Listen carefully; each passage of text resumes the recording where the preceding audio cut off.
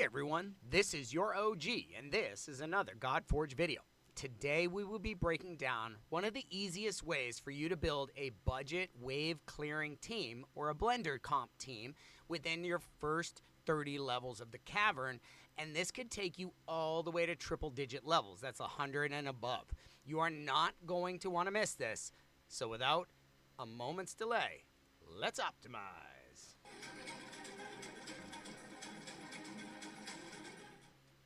Alright folks, we are going to show you a little of our Alpha Cavern experience. So as we got started, we chose Lady Zoc, okay? That was our starter hero. And I'm going to show you how this blender comp works with Lady Zoc, Guan Yu, and Ramses, okay? So either of them, doesn't matter who you choose. And in fact, within probably the first 50 levels, you're going to get all three of them. Anyways, I had many copies of all of them. So if you want to, in fact, they are the easiest to go with, is if you go with a Ramses or a Guan Yu as the second person in this blender. That definitely works, and we're going to explain why that is. Okay, so we're going to dive into the mechanics. We're going to show you the numbers behind this powerhouse wave clearing machine that will drive you up to level 100 in at least the first day, or two, depending on how hard you want to grind. Strategy is not overly complex, and I used it. I didn't use it with these heroes exactly because I was very fortunate and I got Gilgamesh, and we'll talk about that. And if you get him, oh boy, good luck. Yeah, you're gonna have fun. So, but if you don't get Gilgamesh, right? If you're just like, I didn't get him, what do I do? This video is for you, okay? So we're gonna start with our Lady Zoc as our starter hero. You can go with Guan Yu, you can go with Ramses. They all hit very similar. They all work very well in the same capacity. What is it that works? Well, if you notice, Lady Zoc on her core is an AoE attack, okay? It attacks everybody. But then on her basic, it's only a single point. So here we're in the early levels. We don't have any other teammates for her. But as we start to progress into these higher levels, she will have additional teammates with her, okay? And that is what we're talking about here, is who should that additional teammate be to be able to clear waves without having your team get stopped up and take damage and take disables and now start to think about defense and healing and all kinds of, it becomes overwhelming. You feel like, oh man, I'm juggling a lot of things I've got to think about. If you can create a nice blender comp team to just churn through the waves, it makes it a lot less stressful because you have less to think about. Here's how that works, okay? Lady Zoc comes in on the first wave. She uses her core. She hits, bam! It's awesome. We'll see she has one coming up here. So this is her basic, but we'll see her core in a second. It's awesome. It smacks, and it's AoE, and it pretty much, if you build her attack properly, it takes out that first wave. All you really need to do is give her enough speed to stay ahead of the progressing waves. I found like 150 to 120 speed. There's her core, knocks out everybody. Okay? Then the second wave, you just need an AoE core ability from someone else. That's why Ramses and Guan Yu both work great. They have the same design kit as her. So you can use either of them and that works fine. But what if you don't get one of them? What if you are looking for another AoE core attack that can wipe the second wave? Because with 8 enemies defeated for Lady Zoc, she gets 80 divinity per enemy defeated. 8 times 80 is 640 divinity, plus she starts with 400. That gives her her ultimate at 1,000 ultimate cost. She has 1,040 when she defeats the first 2 waves, and that means on the third wave she uses her ultimate AoE and she wipes everyone out again.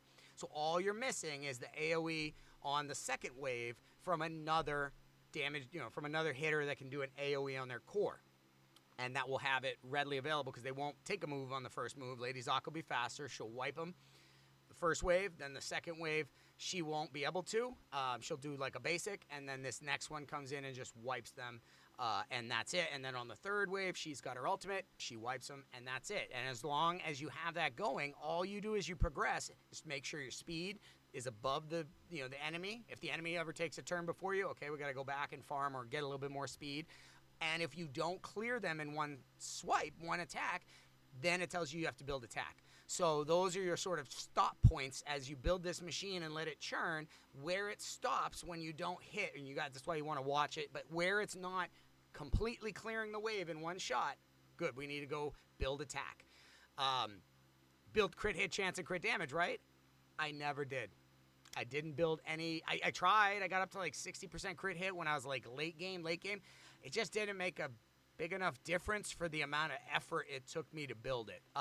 So maybe it's more of like a global launch game thing. Maybe it's like you just don't have enough runway to get into that. I've heard other people trying to build crit hit and crit damage, and it didn't seem to be the difference maker for anyone. And I left off crit hit chance. Like I had 10% crit hit chance the whole way, and it didn't seem to hinder my ability to just simply smack through waves and get by content. That's what I needed to do. So I used Gilgamesh in mine, okay? I'll just be clear. I used Lady Zoc and Gilgamesh would use his AoE core and take out the second wave, and then Lady Zoc would ultimate and take out the third wave, and this worked well for me. So now I'm looking for some options for you that might work if you don't get Gilgamesh, or you don't, you don't get the right epic at level 10. We're going to talk about that, like which epic should you be hoping for and why. But what we're going to do is jump over real quick to Raven. I'm all over the place here. Raven Pyro's website. And Raven Pyros is putting up some really great stuff here. He's showing all the Alpha Cavern stages, everything you need to know. All of us from our cluster are filtering information in here to help you for Wave 2, so you'll know everything you need to know. And I'm going to be putting out a really deep dive economy look as to like how much of each resources you have at different points and when to use them. I'm using like a cash flow statement and a balance sheet for your equipment, so you can see what kind of assets you have and how much money it's worth, and should you sell, should you hold, that sort of stuff. I'm going to help fill in the information you need to make sound decisions and make decisions you feel good about instead of just guessing. So look forward to that coming in the future. But obviously Raven Pyros and us we're working all the time together. He was in our cluster, which, by the way, during Wave 1, not to be bragging, but our cluster was our 10. We were in just a little Discord chat, all talking together in the Discord server at Fateless. So first off, you got to be in the Discord. That's the only way to take advantage of this. That's where the discussions are happening as we were figuring out that Ami no weapons were just unreal, and let's put them on everybody. Or, hey, we can do this. Pandora actually lands disables. You can actually make it so the boss can never take a turn. What? Yeah. And then, everything from that to the Percival res multiplier to, the Shamash and all of the great things that he could do when added into a Fafnir team, or Sphinx for Golden Guardian was like a big one we were working on. So it was great. The cluster, not only was it a lot of fun because there was a bunch of us to talk, to share our wins, to gripe about our complaints and the things that were hard and like pissing us off and whatever. So it was a little mini community for us. And then there's, the alpha chat and stuff inside of Discord, but, it's everybody. So we just had a little 10 of us. It was capped at 10. Otherwise, we probably would have invited about 5 or 6 more CCs that we wanted to get in, but we just didn't have more space. So we're going to be looking at Wave 2. Maybe we're going to try to open up more of these little 10-person chats. Like a couple of us from like the main chat will go out and start another couple chats, and then that way more people can be tied into the conversation. We're trying to work it out just so we can include more people. We didn't want to be so limiting, but we couldn't make Discord do what we wanted it to do. But anyway, so that would be cool. If you're interested in being a part of the cluster, we were the highest damage dealing cluster in Godforge in Wave 1, and I don't even think it's close. Because we had Charlemagne in our cluster, and he did 30 billion, and he was in second place. So unless Sleepless Dad was in someone else's cluster who did some trillions, which was crazy, I think we did the most damage by far. Dan Man did over 4 billion. His team never stopped running. He couldn't even record a score. JKG was over 370 million, and he couldn't record a score, but he got in for a couple 100 million, one score. DLDS was in for a couple 100 million. Your lowly OG managed to sneak in his 95 million. I never got another run to complete, but yeah, we had a good time. The cluster did really well, and it was a lot of fun. Made it a lot of fun because The game was fun. Don't get me wrong. Game is a lot of fun. It's addictive. It's the levels like 1 through 120 are real smooth, real clean. 93, 94 with Hercules has probably got to be worked on just a little bit. He's a little broken at times. Like sometimes he does things and doesn't make any sense. But they'll work on that, and I'm not super worried. Level 142 is a different story. But all the way up to 120 is very clean, very fun, a lot of good stuff. 120 is a great boss for farming coin. Oh, that was so powerful to be able to farm coin, and the better you did at the boss, the more coin you got. I would have loved to have seen a bounty counter leaderboard who had the most bounties, or highest bounty counter. I saw somebody at like 2,200 one time. I don't even know how they did that, but I got over 200. That was my goal. And that would have been a fun leaderboard, I think, to see for the second wave or maybe the third wave. I know Hell Hades had the leaderboards up on his site, so that would be a really cool addition, is to see who's done the most bounty in a round or whatever, and therefore gotten the most gold in a single shot. Sort of the gold digger award. But 120 all the way up to 120 was a lot of fun. It was a great experience. It got a little buggy over the higher levels, and definitely into Fafnir. But you know, you're going to have less footprints over that ground at this point, so it makes sense. So we did everything we could to provide all that feedback. I live streamed for, I think, something like over 130 hours, and there's only 164, 168 hours in 7 days, 24 hours a day. So I only didn't like play the game and live stream for about 30 hours over 7 days. About 4 hours a day I didn't play. Which I thought that was kind of crazy, because I'm pretty sure I had it farming. So if it, sometimes the farming would stop, you would think it would still be farming, but you'd get like a hero reward, and it would come to this hero reward screen. It would just stay there. It wouldn't keep the auto farm. You're like, darn it, it stopped my auto farm. And I thought I was going to have another 3 hours of auto farming to sleep. And I had to get up and keep manualing. So I didn't sleep a lot, but I wanted to make sure I had as many of the heroes I could so that I could speak intelligently to you and tell you what works, what doesn't work. I got 64 of the 67 heroes. Just missed Horus, Shamash, and Odin. I got everybody else, and I had a glitch that gave me like a bunch of duplicate 5-star spirits.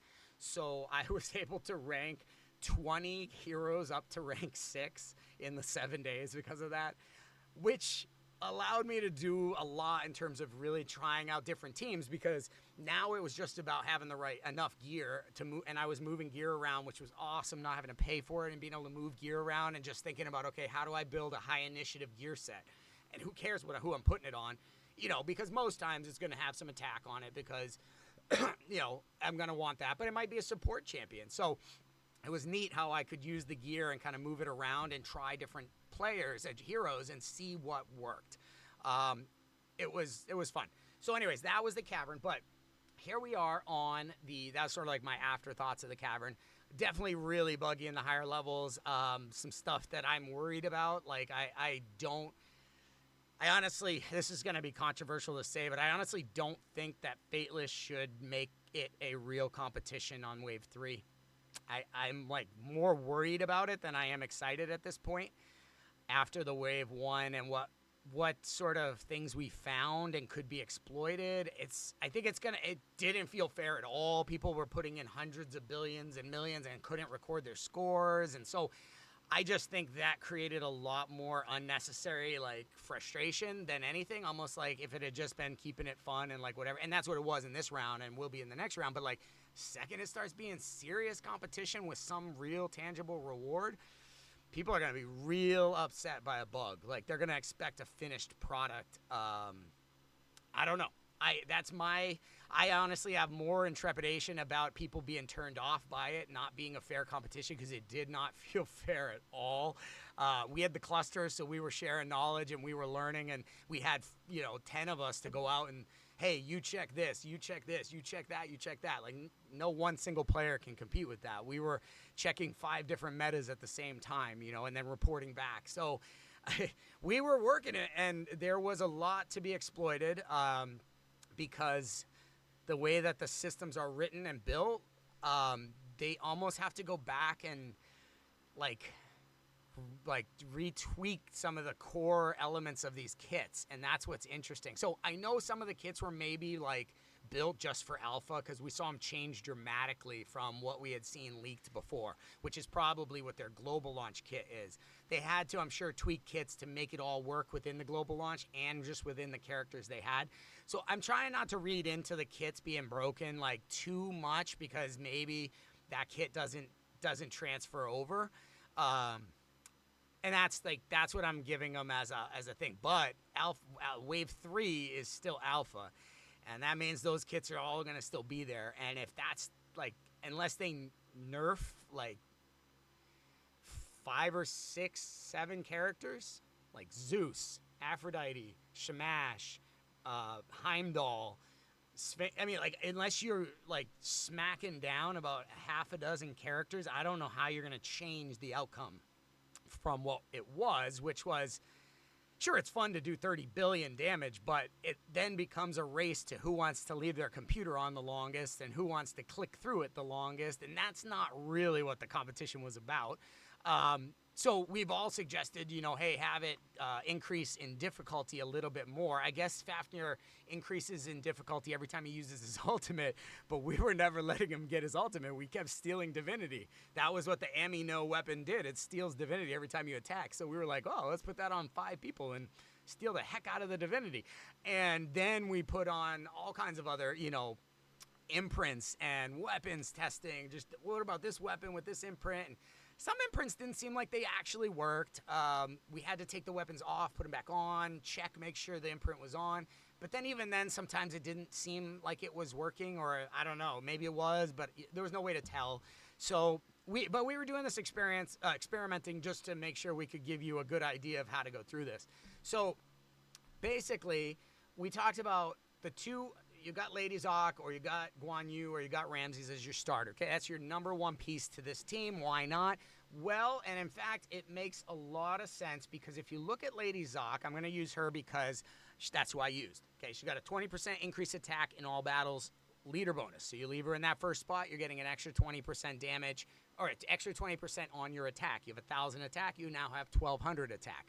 Awesome, right? So everything in this Blender comp is about these 2 damage dealers having high enough attack to just keep clearing the waves, and then just enough speed to stay ahead. And that's it. The rest can be initiative if you want, but you don't even need it because Lady Zoc will get her ultimate if you clear 2 waves. 8 enemy times 80 divinity is 640. She starts with, and it doesn't show here, but she starts with 400 initial divinity. All 3 of the starter heroes do. Most of the other heroes start at 0 and have to get up to 1,000 if they're a rare. So, this is why this works. You can clear 2 waves with her and use her ultimate in the 3rd wave. Very few other heroes, especially rare and below, will allow you to gain enough divinity to use a AoE in the 1st wave and an AoE ultimate ability in the 3rd wave, and only need 1 more AoE damage dealer to clear the 2nd wave. Okay? So, this is why we went with it. She has additional chance to take strong hit, just like I think all 3 of the starter heroes do. And, of course, the bleed doesn't matter, but it's nice. And then she puts speed up too, which is helpful because then I even have to worry less about speed, right? So I think that's why I was probably only at about a 115 or 120 speed, was because she puts a 20% boost on speed. So if she has 100 speed, she's at 120. So I almost don't even need to put speed, but I did put I think she has 93 speed to start, so I might have put in 17 to 25 speed on her, maybe boots. I think I might have put speed boots, or I had a good speed substat run or something, and I gave her just enough to be 115, 120, then with the 20% boost when she gets the buff, if she goes that long because she's using her ultimate in the 3rd wave, she's going to be coming back around real fast to use that basic to clear anyone she didn't kill. She might even lap them. So this is why I chose Lady Zoc. Of course, Guan Yu and Ramses both work perfectly fine and excellently based on other cluster members using them to start with. I think Charlemagne started with Ramses, and Dan Man definitely started with Guan Yu. I know he wanted to.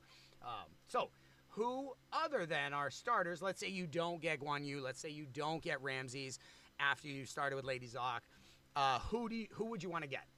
So let's start with Shinigami. This guy carries the biggest weapon in the game, and this is why. He's got his core, AoE, 2 hits twice, 155%, so over 300% times attack. Has a 50, scrolls up to 75% chance to put defense down by 20% for 2 turns. Now, you're trying to clear through, so that doesn't super matter.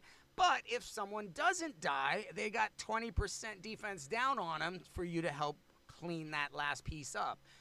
If that's something that happens, might get you through the run, and then you say, okay, we didn't clear that, we got to go back, build attack, we're not over the attack place, or did we weak hit, was it just a bad RNG, or like bad chance?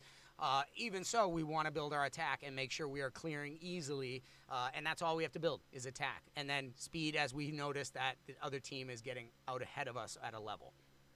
But this is one of your first options. He does this core right here, you build him with his attack, and also, he has a passive, instantly defeats an enemy if they have less than 10 HP after he attacks them. This is helpful. You get these tiny little HP bars with the enemy holding on, and this is powerful. I put his imprint, it's only a 5% HP, it's right here. I put his imprint on a number, like Zeus's weapon, Gilgamesh, I think at one point I put on his weapon so that he would just not have those little hanging chads, you know, those little enemies that are like, how did I do 75% damage? Like 75% of your HP disappeared on my first basic hit on you. Then I did my second basic hit on you, and it wouldn't clear the last 10%. It's like, how does that make sense? It's the same basic I just used. How does it now not hit for, it hits for 6 times less? You know, like, how is that possible? So I was looking for Shinigami's imprint, like, I am putting this on, and I'm getting some finishes, you know, and Raid has a gear set like this that gives you that, you know, kind of instant kill if you get within a certain HP level. So I liked it. Shinigami has it. When it's working and working well, it is a nice help to getting those all cleared in that wave. So Shinigami is your first option in this blender comp, in this budget blender comp, I should say. This is your rare and below version. Next up is Mr. King Tut, Tutankhamun himself, okay, the boy king. That's what he's known as. And the Curse of the Pharaoh. He has, now, if you look, his kit is really built for Fafnir. He's vulnerable, acid, drain.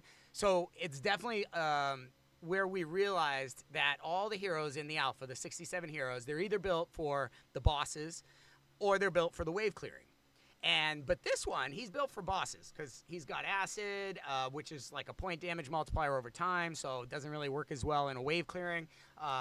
But he's got his core is an AoE with a 50 scrolls up to 75% chance to extend the durations of curses and acids. Now the debuff to extension, oh well, not a big deal for wave clearing, but the 300% attack AoE, you can build him with enough attack, he can be that second wave clearer in your blender comp, okay? He also can put Curse, which reduces incoming healing, and shield and barrier strength. So if you run up against a wave that's like got some good shields, or they put him up automatically before you can even take a turn or something like that, he can be really helpful for that. Though I will say he is probably still secondary to who I think is the best you could add to this comp. Maria Marevna is, I think, the best. Lady Zoc and Maria right here, and I'll show you why. So she only has a 10% attack in battles. That's fine. We'll keep Lady Zoc in the lead role. She has an AoE, attack all enemies, Battle Queen, does 320% her attack, more than good, and it ignores shield and barrier. So, yeah, watch out. Between her and Lady Zoc clearing wave 1 and wave 3, she's clearing wave 2, and damage increases for each buff on the target. So this can be a great way to build your blender comp to go past level 100. This can take care of level 50 with Isis, but if you can get ahead of her, you can clear out Isis in wave 3, the sub-boss. So this is my number 1 budget, is Maria Marevna. Now, those 3 are they're the other half of the blender comp you should be hoping for. I didn't get Maria Marevna that early in it, I remember. Otherwise, I think I would have tried her earlier. I didn't. I got Shinigami, I got Tut, but I didn't really. I looked at their kits and I thought boss. And now only with the AoE do I, because there's not a lot of epic damage dealers with an AoE on their core. We'll talk about that. Okay, so Tut and Shinigami both can do the job. They both have enough hitting power, and they have an AoE on their core. Shinigami brings that extra little oomph if you're within 10% of their HP, they die. So these are ones you should be hoping for. This last one is one you should be dying for. But everybody knows about her, so it's not that big of a deal. And that is Scotty. Scotty is a control hero. She is a frost giant. She also has a lot of freeze. A lot of freezes on her, which is a disable. That's really good. Cuts turn meter effects in half and causes you to lose your turn and everything like that. And she can see freezes in purple. And there is 1, 2, 3, 4, 5, 6 different freezes on there. In her passive, in her imprint, in her basic, she freezes a lot. And she's very good. And she attacks 3 random enemies on her core. So it isn't an AoE, but 3 random enemies with a 75% chance when booked up to place freeze on them for 1 turn. You're only going to have 1 of the 4 that might be able to attack. So it's not as perfect. But what I would say is, I don't think Scotty is your second choice for your blender comp. I think she is your third teammate, which is your control hero you want to add to make your blender comp unbeatable. So that's where I would actually move Scotty, is away from that second blender comp damage dealer with the AoE core, because she's only got 3 out of 4 hits, although she'll freeze 3 out of 4 pretty much most of the time. 60% of the time it works every time. I would recommend moving Scotty to a third position and using her to just control any enemy that you don't knock down. So that way, when you hit that level where your attack is just not high enough, or they have shield or something, and you don't have Maria with you, you're using Shinigami or Tut or something, or Ramses or Guan Yu, and you hit a level with, and Guan Yu's acid might work better against some of the shields and some of the gear sets and stuff as well. We can work on those different specific pieces you could have to bring into your blender comp at different levels. I just haven't flushed that all out. We're capturing all the details and flowing them into Raven Pyro's website. So we'll get that to you, especially before Wave 2 starts. But I don't have it all done, so I'm not going to give it to you just yet. But these are the heroes that I think could be really powerful in this third role, this disable role. And Scotty is your probably number 1. If I had, I should probably be your number 1. But here's some other cool ways that you can control the enemy to allow your blender comp, if your blender comp doesn't just mow through them, give them a couple run-throughs of it, of their attacks, being able to do a couple basics to follow on and clean up. It's not ideal, but it's, if you're still working to progress and you hit that, obviously you want to stop and build your attack and make sure you have what you need. But if you still want to maybe push 2 or 3 more levels just to get to like a certain level for resources or whatever, I understand. So you add that control hero to make sure that anybody that does survive the blender gets a disable on them. Scotty does a great job as that. Who else? Okay, we have Minotaur. Now, if you notice, Minotaur has a bleed on his basic and stun on his core. He's more built for the boss, to be honest with you, but he can work because he has almost a 50% chance to stun on his core, and he attacks 3 times. So that is an 87.5% chance that he'll land a stun, having a 50-50 chance for 3 attempts, okay? So, and that's fully scrolled up. Obviously, it's a little high, a little low. It's lower than, it's probably 50 to 60% chance to stun if you don't have it scrolled up. But scrolls are easy to come by, especially for rares. I had so many that I had every rare and every epic all scrolled out. And even the Legos, their tomes can be farmed from 125. Level 125 is the only level, but it was not hard to farm Lego tomes to skill them up. So getting your skills all the way up was not hard. Ascensions were hard. Ascension stones were tough to come by, but you can get your skills pretty well all lined up. So Minnow is a good one because he, in the boss Fafnir, he'll put stuff on you, and if you remove it, he puts Stalwart and Retaliate. Minnow puts Stalwart and Retaliate on himself for 2 turns, allowing him to counterattack the enemy and to be immune to disables. Stalwart also strips any disables you have on you off so that you'll take your turn. So that is a very powerful thing for keeping your team going and keeping your blender comp going. And he has a chance to put stun, which is a very good disable for ensuring that the other team does skip their turn and you get a double turn on them.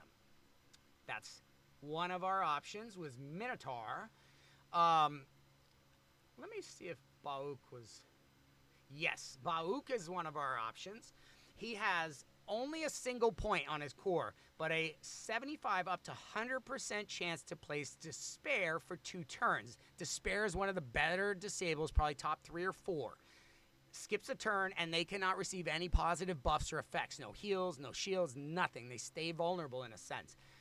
This is a good one. So if you have a wave where you only have one enemy who's really the problem, right? All the other 3 are just kind of filler, and you need to take out that one enemy first, and once you do, the rest is going to fall pretty easily. Using a Bauk to come in with his core and put Despair on them, that gives you 3 attacks against that enemy before they're going to go. So you can clear everyone else out and just work on this one last Isis, Horus, Shamash, Hercules. You have a hard time getting through. You got a Drac. You kill them and they both come back. Hercules and Drac. You get them all the way down to 0 HP. They get 100 HP and you got to kill them again. And if they get another turn, that happens again. So you got to kill them twice within 1 turn. So that's what makes it really hard. But if you put Despair, they don't get turns. They skip their turns and all of it works in your favor.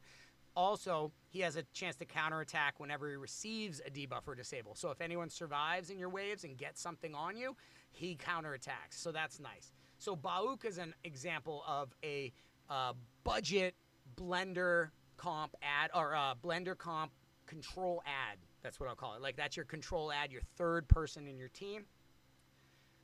Asag, I believe, also is a good one.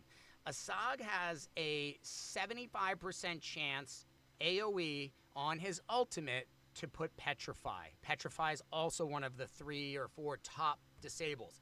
Skips your turn, and divinity effects are reduced by 50%, which is good. Your enemy, they don't have super high initiative that they're going to have their divinity real fast, but this keeps them from getting their ultimate and cutting through on the speed that you're dominating the speed because you know you're faster than them, but their ultimate can cut in if they get a turn. So if they have one person faster than you, they can get in and get their ultimates. So you don't want them to have their ultimates. You don't want them to have divinity. Petrify helps with that. So Asag is another one if you built him with high initiative and he got his so it's kind of tricky. They changed this. He's got Blaze on the target. He's got a chance to place Blaze on the target when attacking. So his divinity gain is a little wonky because Blaze was didn't make a lot of sense in most areas. But if you have like an Aphrodite who boosts divinity, then you can work with him. So he's not the best option, but he is an option, and we just wanted to call him out. Volkalok is another one. Volkalok has a lock core ability. He hits the enemy twice, and each one has a 20, I think it's scrolled up to 40% chance. So he's doing 2 40% chance hits to lock the core, basically a 50% chance or more to lock the core of an enemy. Very powerful. Now, Dagonet also has, on his ultimate, it either chooses lock core, lock ultimate, or lock passive. It's like one of the 3, kind of like Pandora's. So Dagonet would be good for that too, but Volkalok also puts Despair, as we just talked about, 75% chance AoE on his ultimate. So if you wanted to build him with high initiative and get to his ultimate, this could be a great way for him to, and he gets it when putting a debuff on the enemy. So what I'd want to do is make Volkalok faster than Lady Zoc and my second blender so that he puts out his bleeds on his basic and then builds up to his ultimate, and he can put Despair as we need to control anyone that doesn't die from the blender. Okay? So that's the idea. He does additional damage to people under Despair. So Volkalok is another option for that 3rd control. The last is like a third and a fourth. It's a two hero team to be able to do this, but they're very low level. So Satyr is a common.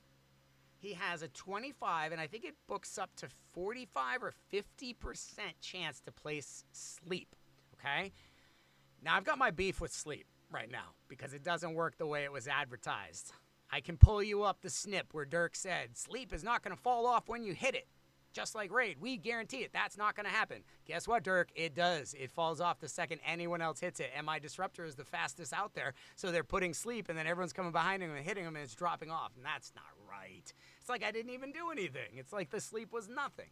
So I think they'll fix this. I do. I think they'll fix this. But I think Sleep, I was so excited for it because I thought Sleep was going to be the disable. Like, does 30% more damage and skips your turn? Yeah, that's the one. So it didn't work the way I wanted it to or the way I thought it read.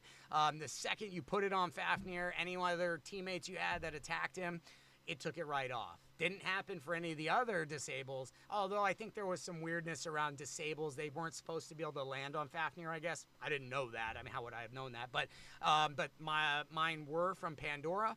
Scotty, they were putting the freeze on, and then Fafnir was taking it off, like, appropriately. I guess that's what his kit says he does. But for Pandora, that didn't happen. She could put her disables on, and it would skip his turn for a while. We just skipped his turn for a long time, like 15 straight turns. Because 5 of the 7 disables cause his turn to be skipped. And so, you know, if you get stunned, petrify, freeze, despair, all of them skip their turn. And the only ones that don't are confuse and taunt. And Sleep, because Sleep was falling off. But Confuse and Taunt don't do it because Confuse, he has no teammates to attack, so he just attacks you. And Taunt, you're telling him to attack you for less damage. So as long as you get 5 out of the 7 every turn before Fafnir goes, he doesn't get to go. And Pandora was going 3 and 4 times between Fafnir going once. So she had 3 or 4 chances to put a 5 out of 7 disable. 5, you know, I don't know the percentage. I think it's like 80-something% off the top of my head that she puts the right disable. And it's 100% if you do it over 3 or 4 turns. You know, it's like crazy. It's like 98, 99% basically. So that was the idea we got to, and that's what got us to 95. But if you were to take this character right here, Satyr, who has a 50% chance for Sleep, and you were to combine him with an uncommon, Kunoichi, who also has a 50% chance to Sleep, you could create potentially 100% coverage of Sleep, which would give you 30% extra damage for your Blender comp, your 2 other Blender comp team members. So that could work too, and who's not going to have a common and an uncommon, you know, pretty early on. So if you want to build a Satyr Kunoichi, Lady Zoc, and let's say Maria Marevna, that's a pretty powerful wave clearing team. As long as Sleep is working properly. Don't hate me if it doesn't. But if it's written as it's supposed to not fall off. Or you go with Scotty as your third one. Or you go with, like, you know, Volk or Minnow or Minotaur or something like that. Or the number one. We'll finish here. Well, we'll finish in this last segment. We're going to be talking about the epics you get at level 10 and which epic would you want to get. So the number one disruptor that I found, like wave clearing disruptor that I found, was this guy right here. Mordred was a god among boys. Like this right here. 100% chance when booked to place AoE Confuse on everyone for 1 turn. Unreal. Now, they do 75% less damage when they attack each other, but to watch them just start to whittle themselves down, and then if there's a Musashi or a Horse on the other team, they get the Musashi Madness gets in there, and he'll go counterattack until he dies from reflect damage or his teammate dies. And I've seen 2 Musashis go at it for about 10 minutes, waiting for one or the other to die. Sometimes I've had to stop, close out the fight because neither of them do damage to each other. It's weird.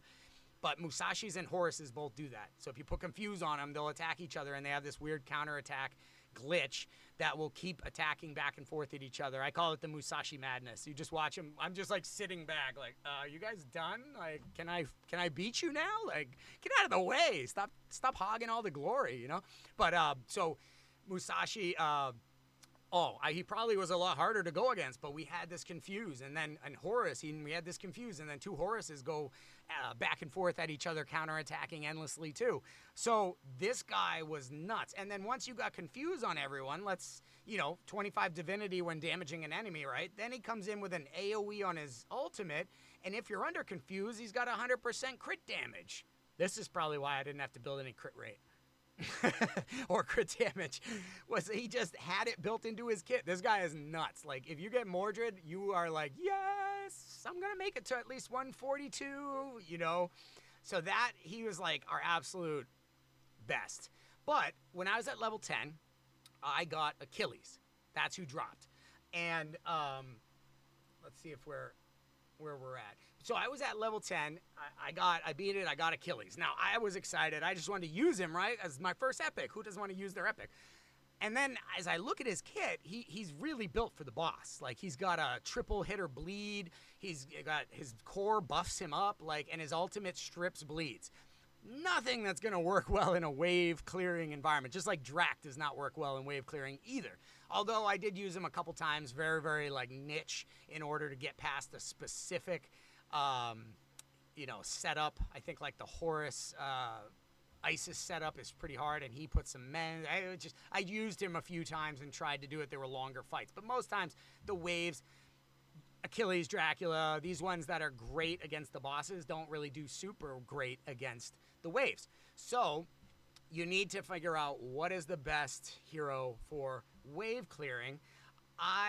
The gold standard, let's see how far I have to go before I can find where I got him. There's Konoichi! I should have used her there, but I think we were at, so Gilgamesh, right here in the middle, is just the gold standard for your epic wave clearer carry, in my opinion.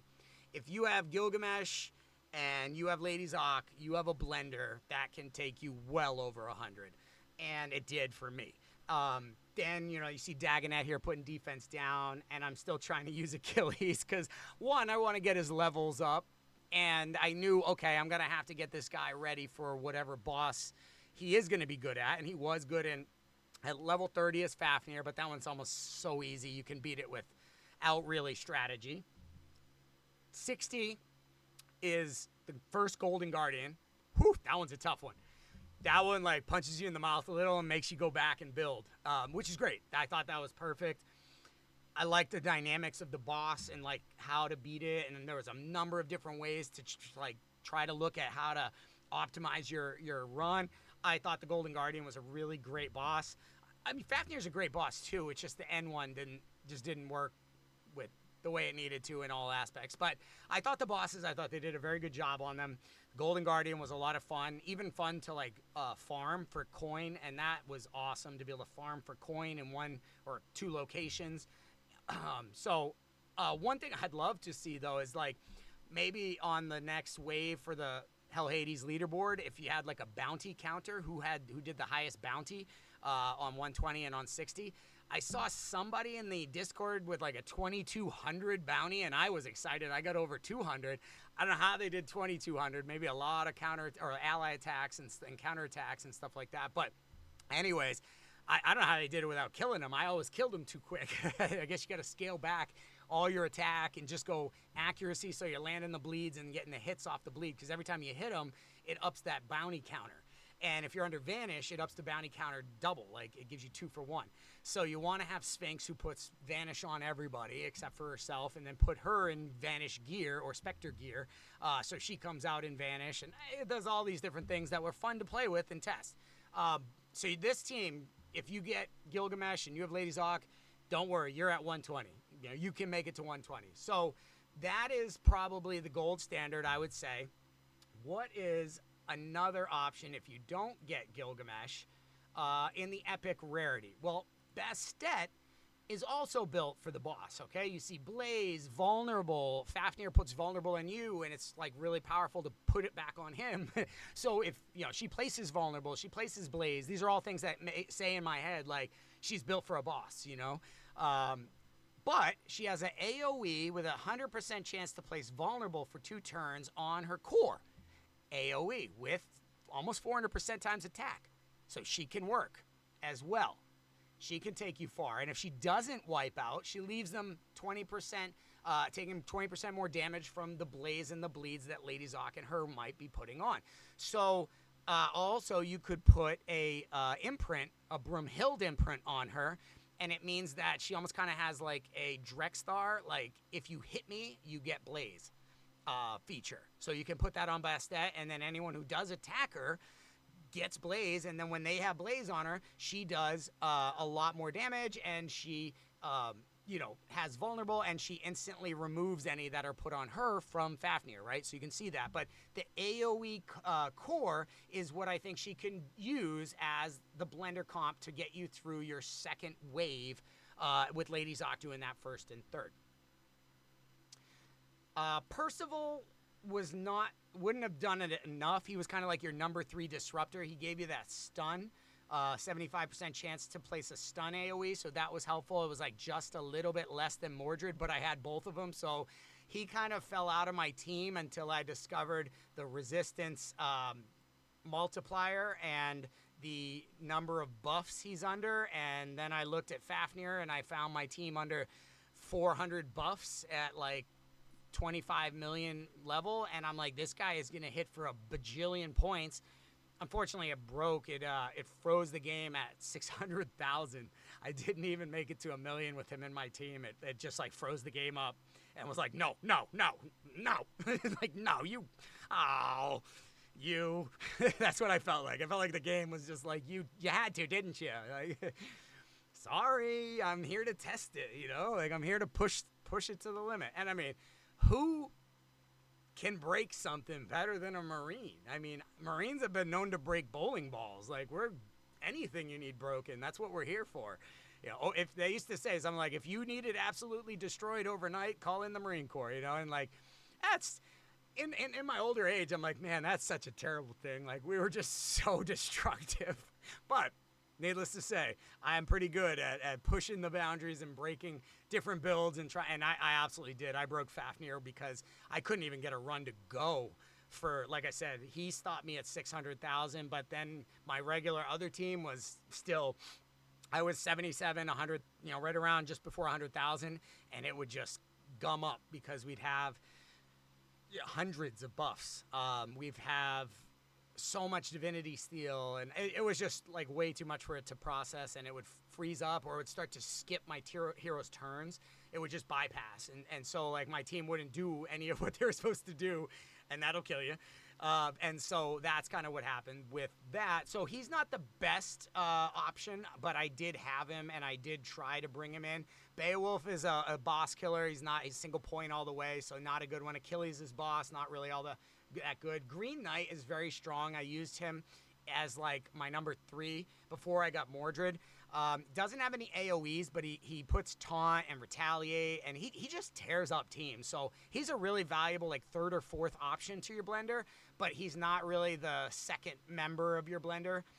Like I said, it's really Gilgamesh, and Bastet can do it as an epic, but there aren't a lot of AoE hitters in this area. Also, just a sort of side note, Osiris has a really interesting kit that you may not immediately see a use for, but he's a niche hero you want to hold on to because later on, his kit can do some really important things. Musashi, I never really built out Musashi because he was kind of buggy, and I didn't really build out any of the heroes that were buggy because I was like, what if I spend all this time, energy, and resources and he's buggy and doesn't work? I want to go with the ones that seem like they're working best, and maybe they'll have a better chance of it doing something cool that I think it's going to do. So, I mean, no one wants to sit there and fail over and over. So I kind of didn't go after a lot of the buggier ones, and Musashi was kind of buggy. Like I said, he had the Musashi madness. So he can work to help you with taunts and counterattacks as well, sort of like Green Knight. He can be like a 3rd or 4th to help clean up any extras that don't get burned up by the blender comp. But honestly, you can wave smash for a long ways. So that's Musashi. But that's why you can see there aren't that many AoE hitters. We had 3 in the rares, and we only had really 2 good uses in the epics. So Maria Murovna might be better than Bastet even. So she's like right behind Gilgamesh as like maybe the 2nd option for this. And then you have Tut and Shinigami are pretty close.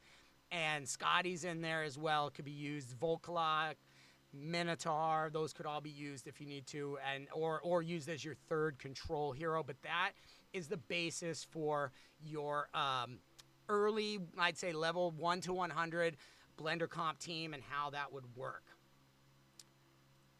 All right, folks, well, that is it for me. Just a quick rundown for you on the best budget options for you to clear your path all the way up to level 100 and beyond. I hope you enjoyed it. Click like, subscribe, all that if you want, and I look forward to seeing you in the next video. As always, take care of yourself, and remember, play smarter.